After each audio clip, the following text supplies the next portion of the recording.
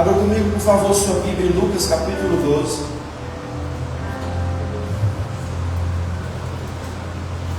Lucas.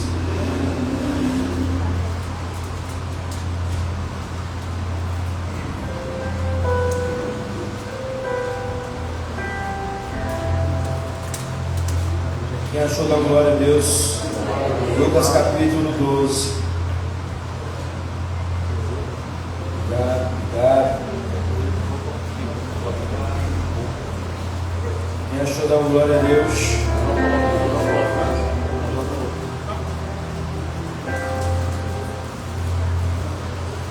Posto que miríades de pessoas se aglomeraram, a ponto de uns e outros atropelarem, passou Jesus a dizer, antes de tudo, aos seus discípulos: acautelai-vos do fermento dos fariseus, que é a hipocrisia. Não há nada encoberto que não venha a ser revelado, e o oculto que não venha a ser conhecido. Porque tudo o que dissertes às escuras será ouvido em plena luz, e o que dissertes aos ouvidos no interior da casa será proclamado nos eirados.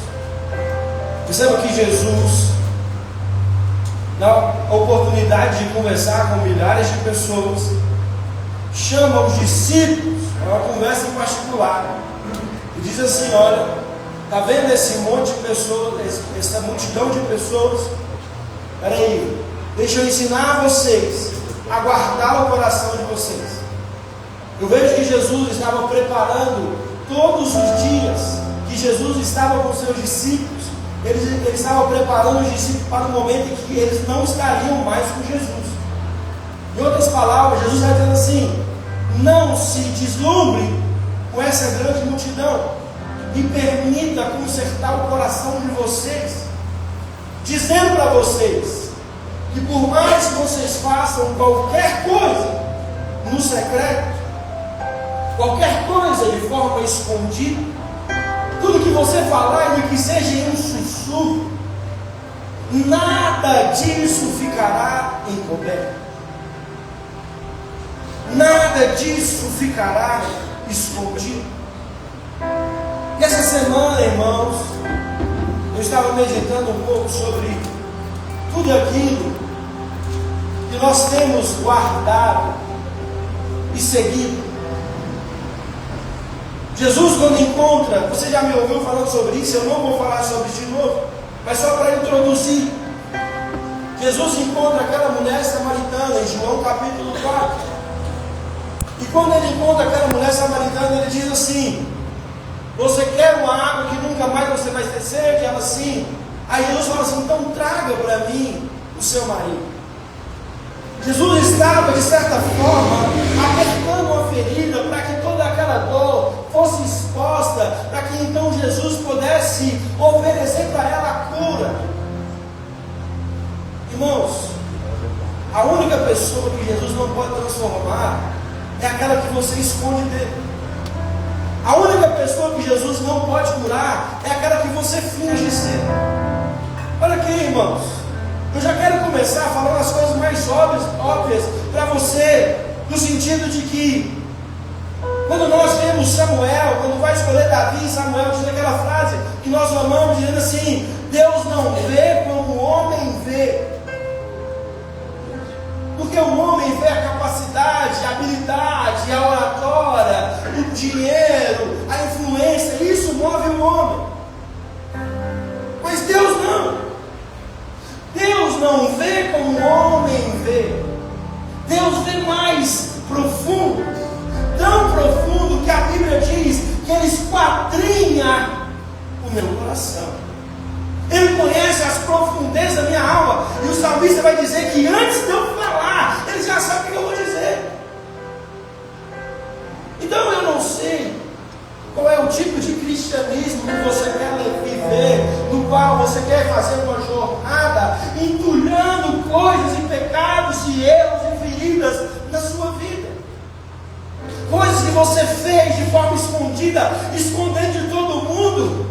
E por um milagre quando você acreditou que você conseguiria esconder de Deus, deixa eu te falar, não é possível esconder nada de Deus. Pecamos no escondido e somos santos no público. Pecamos no secreto e levantamos as mãos no meio da igreja. Ei, aqui eu vejo sua mão levantada. Aqui eu vejo a sua lágrima. Aqui eu vejo o seu pulo. Mas nós estamos diante daquele que viu também o seu erro. Ele não só viu o seu erro do seu comportamento, como ele viu o erro do seu coração. Ele sabe os pensamentos que passam na sua mente. Quando Samuel diz, Deus não vê como o homem vê, isso não deveria nos alegrar tanto. Porque parece que nós só usamos esse texto para as promoções que temos na vida. Olha, ninguém pode me julgar. Eu estou aqui, eu sou improvável porque Deus me viu e viu que ninguém viu.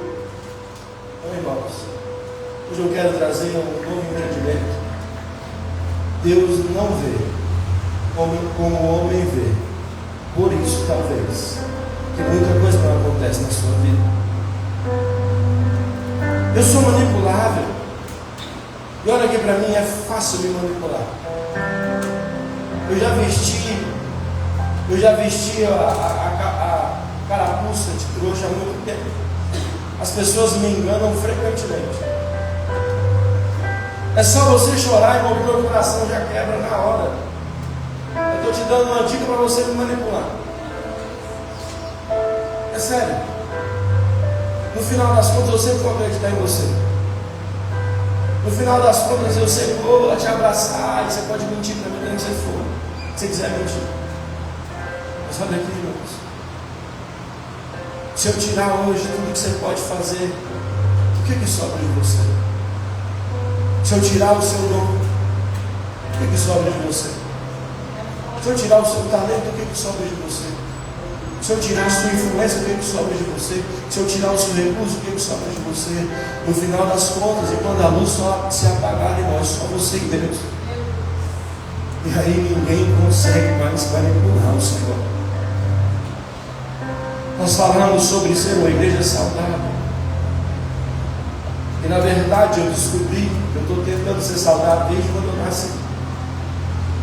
Eu descobri que para ser saudável devemos fazer escolhas diariamente. Para ser saudável, para cuidar de si mesmo, você faz escolhas todos os dias. Você decide comer ou não comer. Você decide se exercitar ou ficar deitado mais um dia. Você decide dormir cedo ou você decide cuidar do celular e ficar de madrugada. Você decide acordar cedo ou você decide ficar mais uma hora na cama. Decisões. E para ter uma vida com o Senhor, é necessário decisões diárias.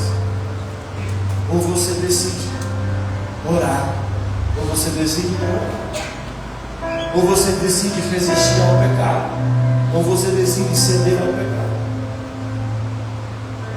Sabe qual é o problema? É que nós estamos continuando e guardando na mochila toda a podridão que há em nós. Todas as vezes que o Senhor quiser nos transformar, Ele vai nos colocar num lugar de decisão. Deus não vê como o homem vê. Deus não está impressionado por você.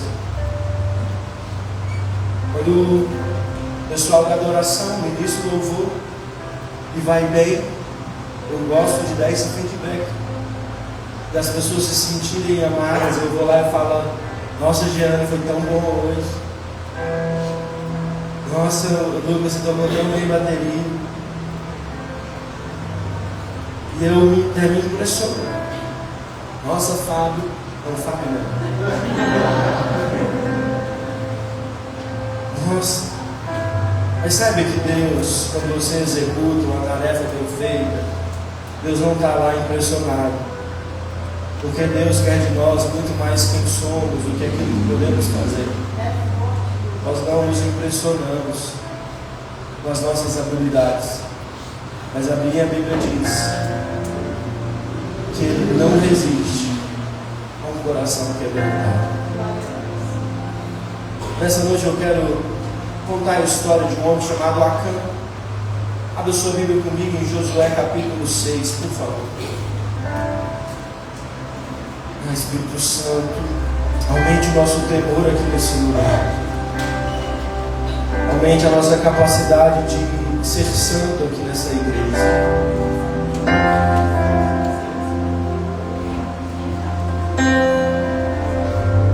Josué capítulo 6, quem achou? Quem achou? Josué fica logo depois do Pentateuco, logo depois de Deuteronômio. Capítulo 6 vai falar sobre a destruição de Jericó. E por que Deus quis destruir Jericó? Jericó era um sinônimo da Babilônia. Jericó era uma cidade corrompida. Jericó era um obstáculo até Canaã. Então, por alguns motivos, Deus queria derrubar as muralhas de Jericó. E olha aqui para mim, não, olha para a Bíblia. Diz assim no versículo 1: olha, Jericó estava rigorosamente fechada por causa dos filhos de Israel. Ninguém saía e nem entrava. Então disse o Senhor a Josué: olha, entreguei na tua mão Jericó, o seu rei e os seus valentes. Então aqui Deus vira para Josué e fala assim: Josué, essa guerra aqui vai ser a guerra mais fácil que você vai lutar. Por quê? Porque eu já entreguei para você a vitória. Deus, não, como nós vamos fazer? E agora eu vou te dizer o que está escrito no capítulo 6. Deus começa a dar as recomendações para Josué, dizendo assim: você vai escolher 7 sacerdotes, 7 trombetas feitas de chifre. Você vai reunir os 7 sacerdotes e vai começar a dar voltas em volta de Jericó. Mas ninguém vai falar nenhuma palavra. Vocês vão ficar calados. E na 7ª volta, vocês vão gritar igual maluco. Combinado, Josué? Combinado.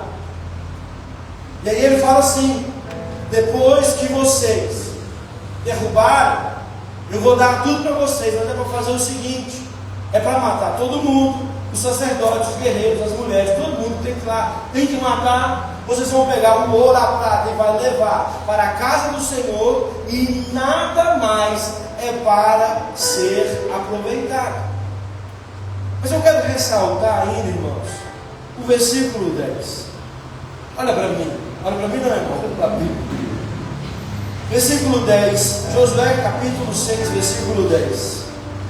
Porém, ao povo ordenara Josué, dizendo: não griteis, nem fareis ouvir a nossa voz, nem sairá uma palavra da sua boca, até o dia que vos diga gritai. Então vocês gritarem, vocês vão gritar. Perceba, irmãos, que a guerra em Jericó, além de tudo, era um teste minucioso de obediência. Era um teste minucioso se aquele povo seria somente um povo que teria sucesso, ou se aquele povo seria um povo obediente.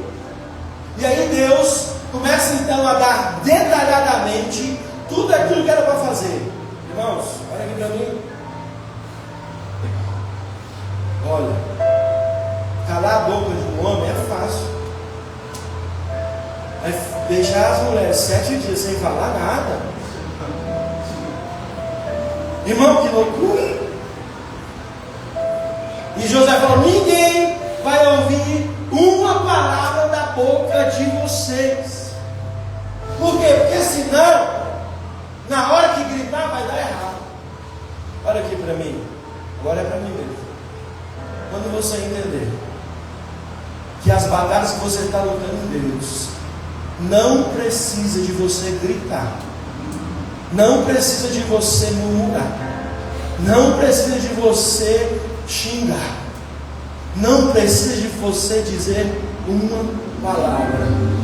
Você vai começar a entender que existem batalhas que Deus já nos deu de presente.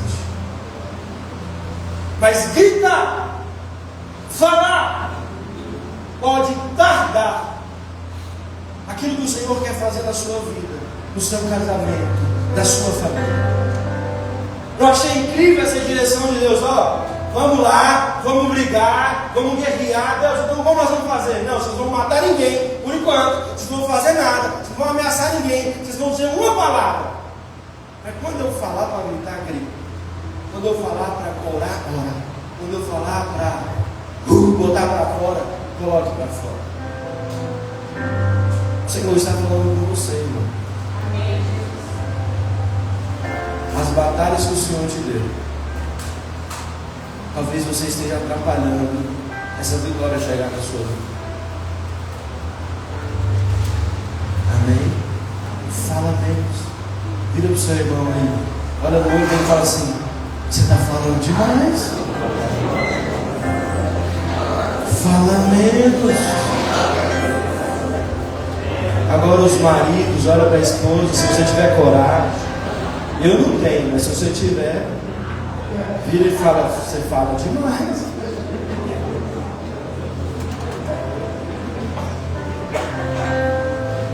Próximo ponto, eu quero tratar aqui.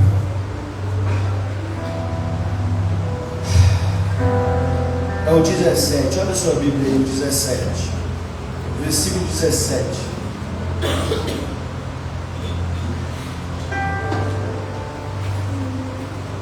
Olha o 16.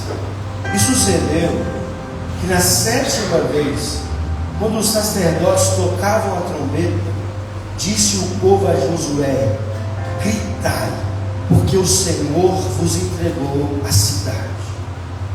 Porém a cidade será condenada, ela e tudo quanto nela houver. Somente viverá Raabe, a prostituta, e todos que estiverem com ela em sua casa, porquanto escondeu os mensageiros que enviamos. Então somente guardai das coisas condenadas, para que, tendo-as vós condenado, não as tomei, sim torneis malditos o arraial de Israel e os confundais. Porém toda a prata, todo o ouro, todo o tecido de bronze e de ferro são consagrados ao Senhor e irão para o seu tesouro. Direção clara, irmão. Olha, quando a gente gritar, as muralhas vão cair, e tudo que vocês vê, por mais que seja bonito, por mais que seja de comer, não pega. Está tudo amaldiçoado. Tudo, não pegue nada. Vira para o seu irmão e fala assim: não pega nada. Olha o 26. Naquele tempo Josué fez o povo jurar e dizer: maldito diante do Senhor seja o homem que se levantar e reedificar essa cidade. Irmãos, Deus estava com birra de Jericó. Deus não queria Jericó mais. Jericó caiu. Raabe e sua família foi salva. Depois falou assim: maldito seja o homem que reconstruiu essa cidade. O capítulo 6 fala só sobre a destruição de Jericó e como o Senhor pediu para o povo fazer isso. Talvez você está me achando um pouco repetitivo, mas se você não entender isso aqui agora, você vai entender o que eu vou falar a partir de agora. No versículo 7, olha o que diz, o versículo 1: prevaricaram os filhos de Israel das coisas condenadas. O que significa prevaricar? Alguém arrisca dizer? Alguém arrisca dizer? Transgrediram. Amém? Transgrediram os filhos de Israel. Josué capítulo 7. Porque Acã, filho de Carmi, filho de Zebedi, filho de Zera, da tribo de Judá, tomou as coisas condenadas, a ira do Senhor se acendeu contra os filhos de Israel. Qual era a ordem, irmão? Não pega nada. Qual era a ordem, irmão? Não pega nada. Gente, parece que não ficou claro. E eu estou sendo pedagógico aqui com vocês, porque eu acho que Josué foi pedagógico também. Dizendo, não pega nada. Mas aí, bonitinho, chamado Acã. Pegou. Só que sabe o que é interessante? A ira do Senhor se acendeu contra os filhos de Israel. Peraí. Por causa de um homem. A ira do Senhor se acendeu contra todo mundo.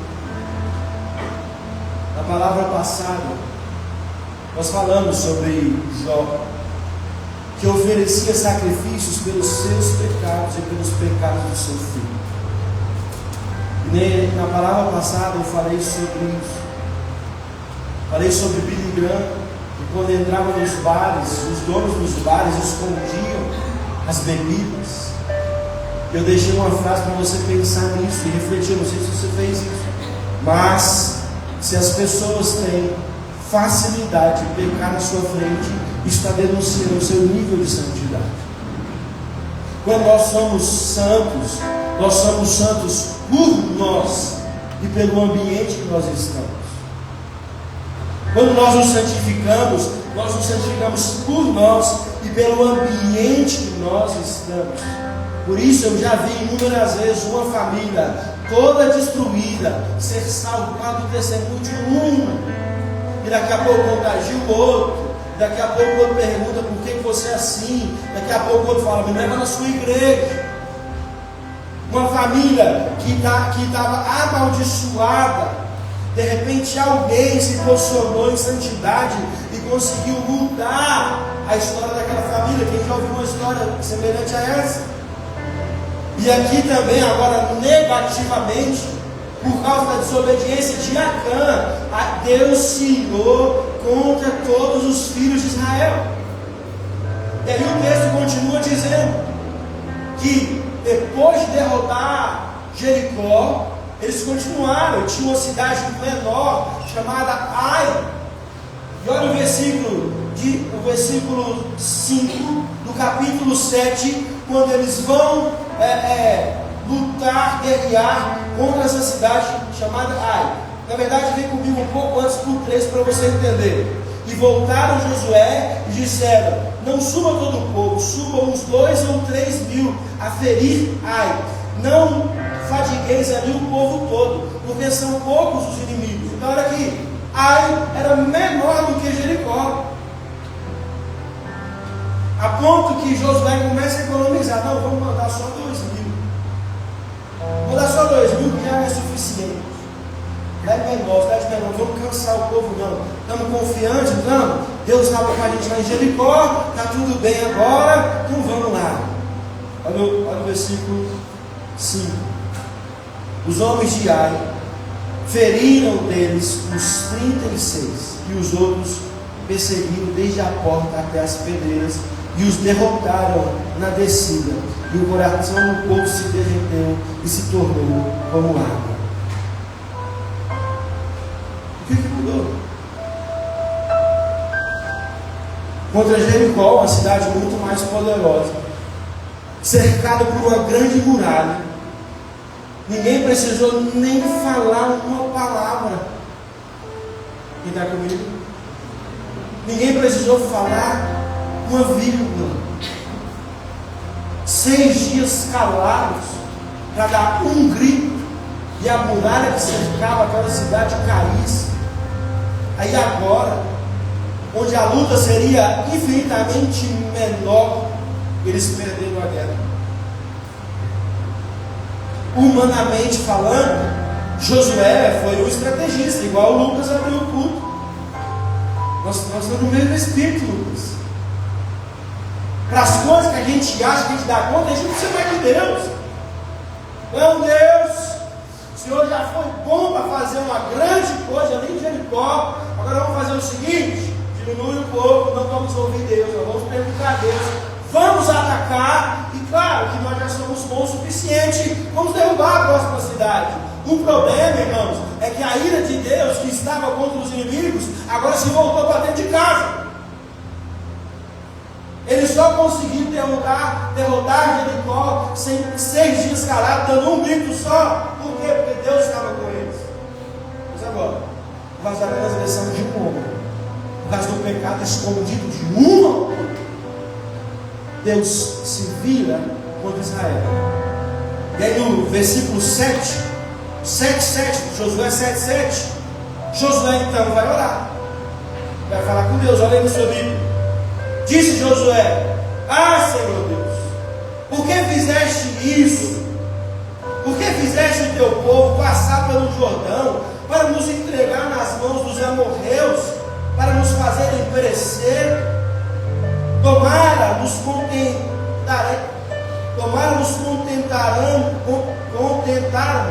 com ficarmos além do Jordão.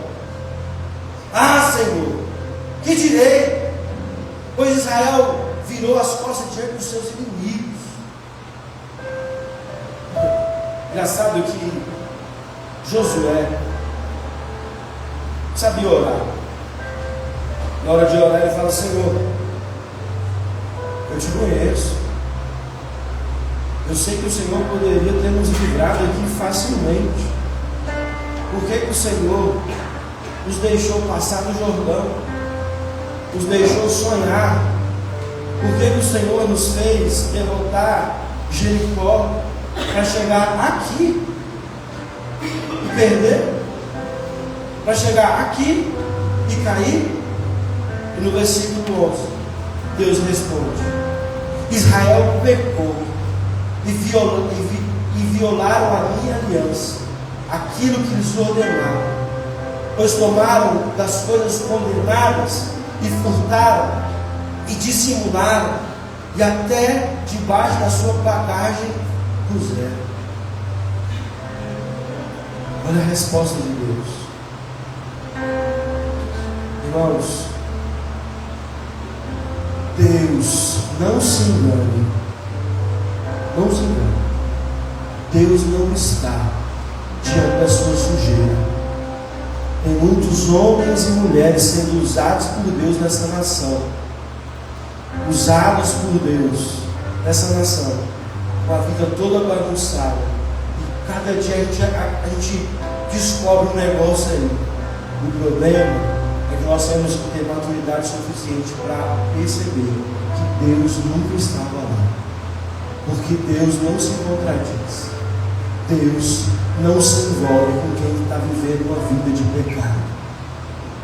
Deus não usa homens e mulheres que têm guardado os seus pecados nas suas malas, escondido os seus pecados. Olha isso aqui, olha esse 11.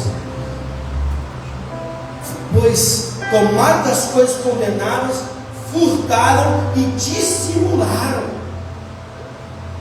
Dissimularam. O que isso quer dizer? Quer dizer, irmãos, que muitas vezes a gente anda com os nossos pecados de forma dissimulada. Diz assim: não, Deus está passando o pano isso aqui. Deus não está vendo isso aqui. Deus não está nada. Deus está vendo. Desde a hora que você decidiu viver esse pecado, Deus está vendo que ao invés de você se humilhar, você prefere guardar esse pecado.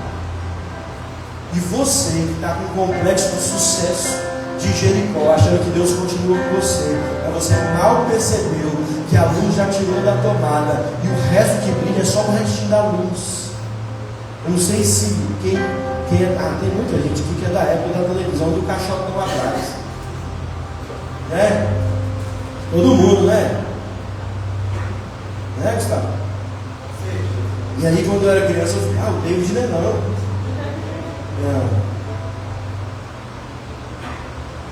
Eu ficava encabulado, criança, né?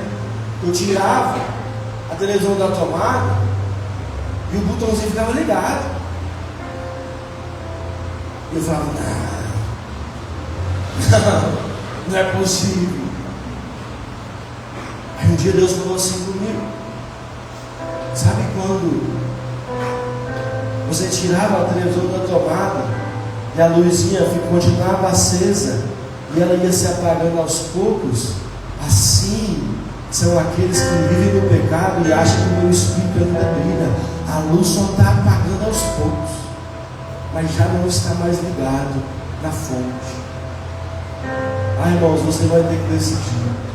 Ou você vai viver uma vida com Deus, e essa vida exige santidade, ou você vai ter que viver a sua vida e você faz do jeito que você quiser, mas não atribua a Deus que você está sendo usado, porque Deus não se mistura com a sua sujeira.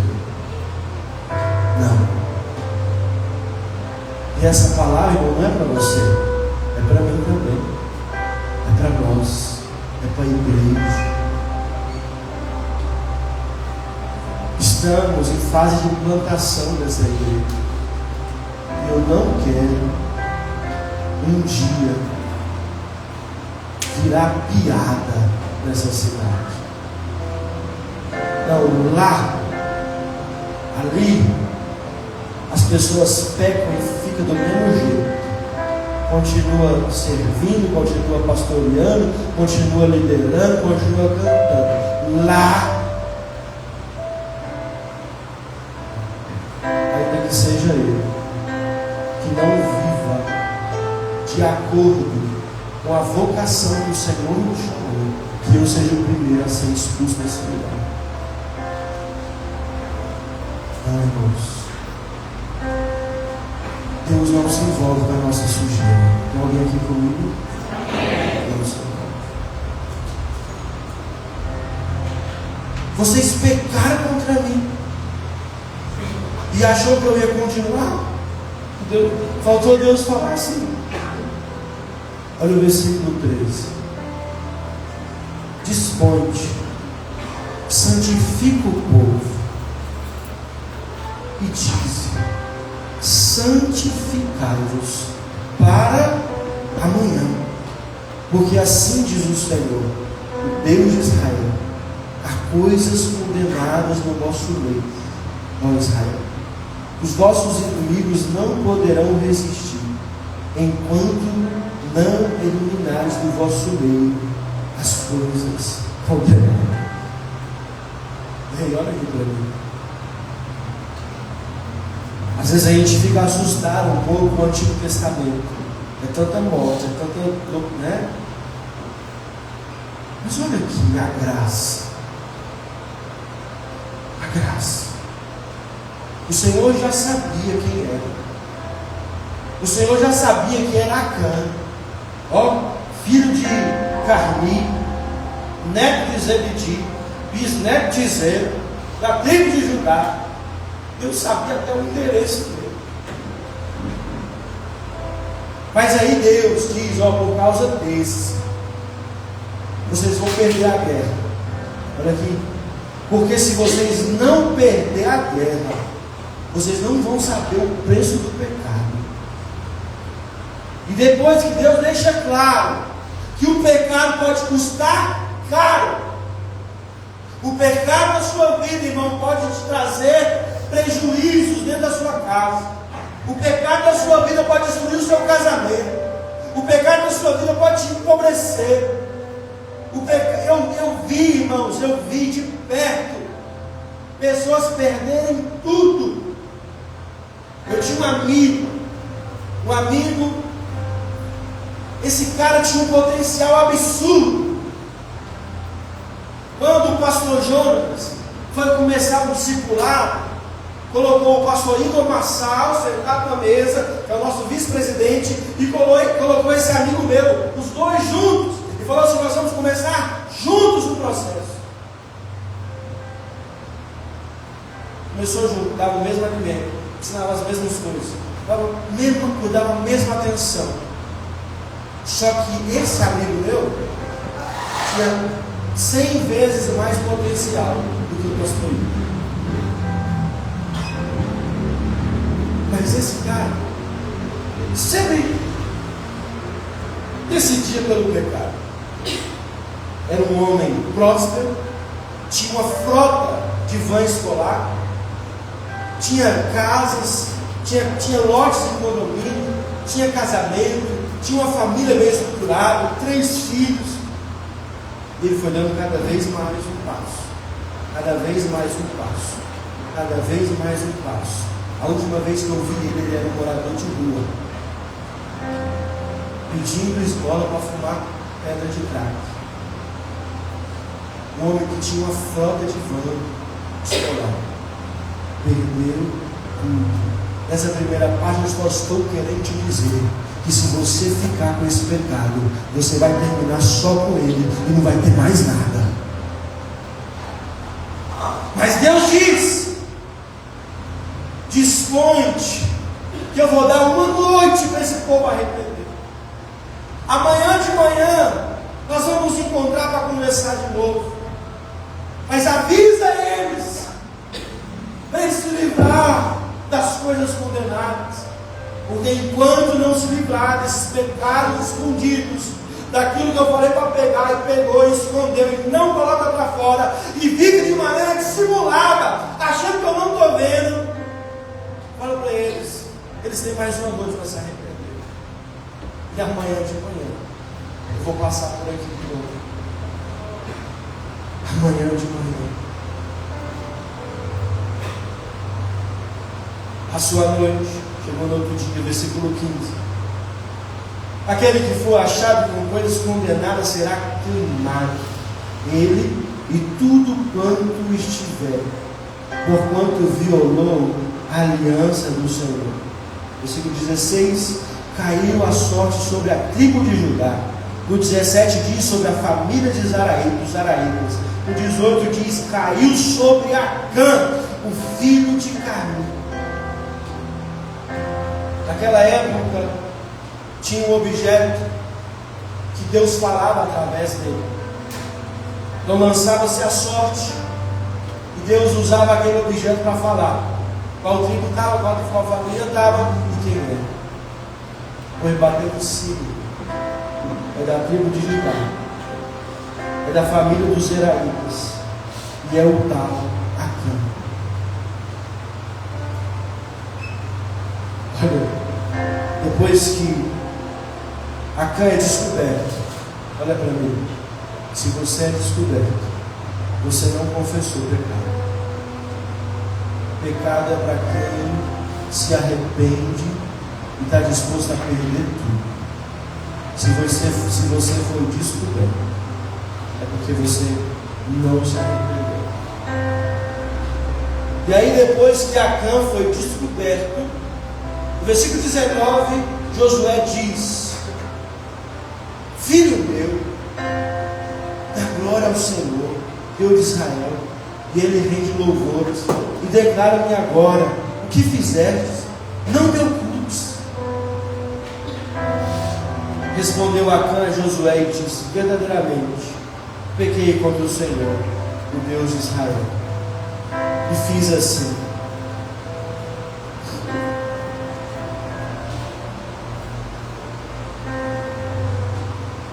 Acã segurou, irmãos, o pecado até um dia que não dava mais chance para ele consertar. Acã segurou o seu erro, guardou bem guardado, até um dia que ninguém podia fazer mais nada com ele. Olha o jeito que Josué fala com ele: meu filho. Josué chama Acã de filho. Eu imagino a tristeza de Josué, dizendo: meu filho, o que você fez? Agora não podemos, você teve chance, teve uma noite para se arrepender, e você preferiu agir de forma negligente. Versículo 22, Josué enviou os mensageiros e foram correndo à tenda de Acã. Quando chegaram lá, encontraram tudo que ele tinha pegado. Confirmou, pegou mesmo. A palavra do Senhor não era. Falou que foi Acã, quando foi conferir, estava tudo lá mesmo. E no versículo 24, então Josué e todo Israel, com eles tomaram Acã, filho de Zera, e a prata, e a capa, e a barra de ouro, e seus filhos, e suas filhas, e seus bois, e seus jumentos, e suas ovelhas, tudo quanto tinham, e levaram a ao vale de Jacó. E todo Israel apedrejou e queimou ele, sua família e tudo quanto ele tinha. O Senhor apagou o furor da sua ira. Pelo aquele lugar se chama Vale de Jacó até hoje. Sabe o que é Jacó? Desgraça. Por causa de um pecado oculto. Aquele homem foi morto, apedrejado, ele e sua família e queimado. E um lugar foi chamado de Vale da Desgraça. Vale da Desgraça. Dá um salto comigo, nós já estamos indo para o fim. Isaías 65. Tem alguém aqui? Eu falei que era para vocês rirem antes, né? Agora avisei.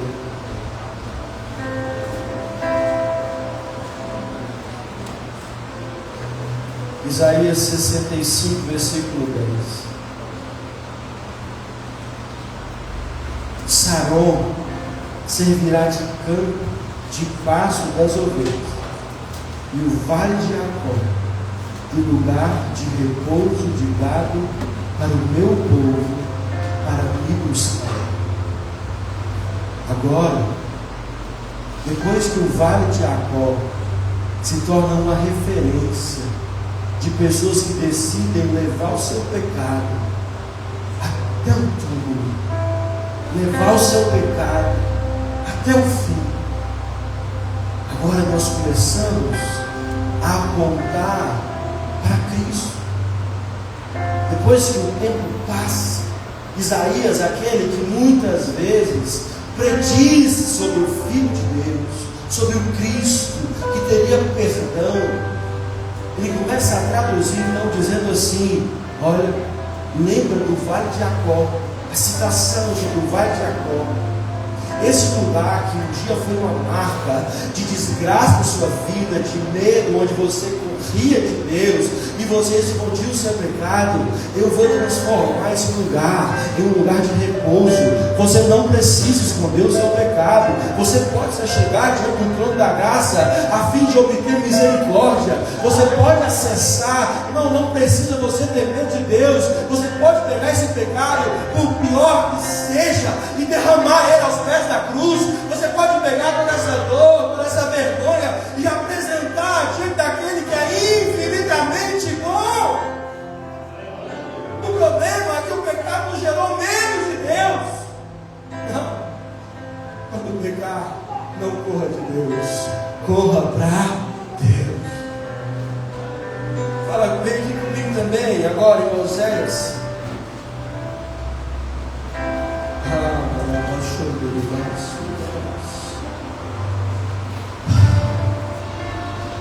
Oséias, capítulo 2, versículo 15, versículo 14.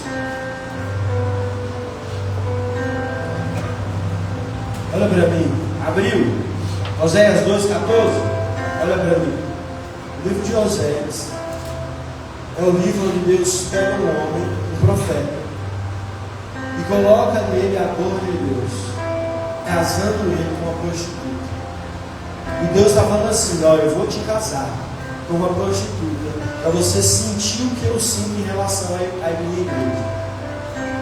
E a Bíblia diz que por vezes Oséias ia buscar a sua esposa no ambiente que ela trabalhava, para trazer de volta para casa, a fim de trazer purificação para aquela mulher. E nesse contexto, nesse processo, no versículo 14, lembrando que a prostituta significa o povo de Deus e Oséias significa Deus.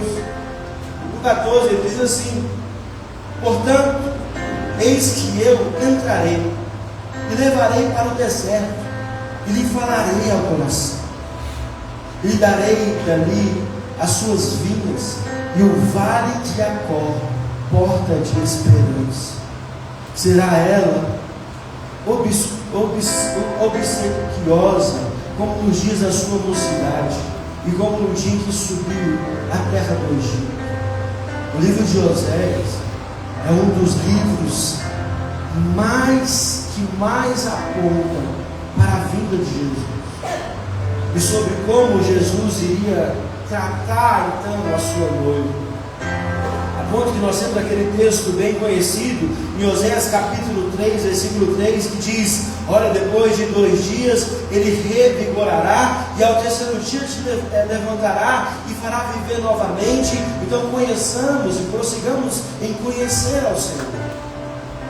O livro de Oséias prediz tudo que o Cristo faria e como que seria o processo de reconciliação da igreja com Cristo. E aqui ele diz assim: lembra do vale de Jacó?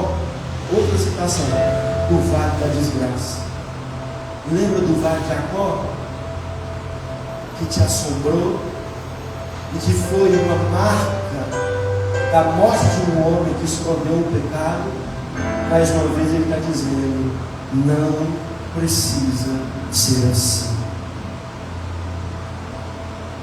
Não guarde esse pecado, porque no final das contas não há nada escondido que não vai ser revelado.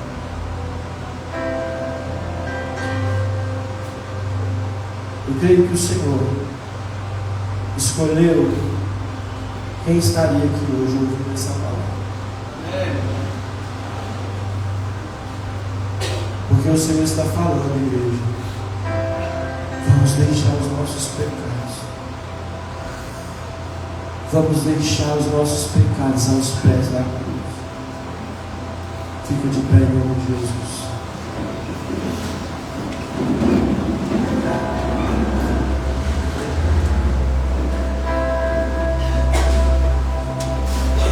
Feche seus olhos, por favor.